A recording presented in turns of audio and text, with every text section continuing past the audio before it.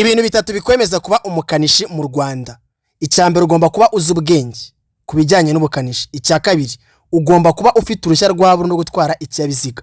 Ukaba mekanisiye chauffeur cyangwa se umuntu uzi ubukanishi anazi no gutwara ikinyabiziga mu buryo bwemewe.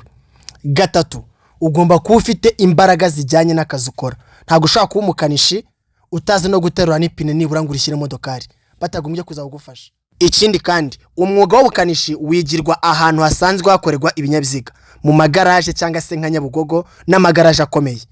Irinde kwigira umwuga w'ubukanishi ahantu hari modokari imwe cyangwa se ipikipiki imwe.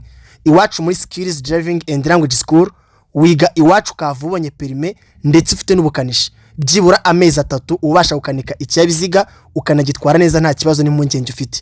Akarusho twego ubukanishi bwacu bukorerwa Nyabugogo ahasanzwe n'ubundi hapfirwa ibinyabiziga cyangwa se bigira ibibazo n'ubundi, kandi ukaba wabasha gukora amafaranga muri uwo mwuga wakoraga mu gihe kingana amezi 3. Amafaranga usabwa nangaye. Ubukanishi bwonyine ni 350. Imodokari ni 200. 350 wava iwacu ufite perime ufite n'ubukanishi mu bwonko. Duhamagara telefone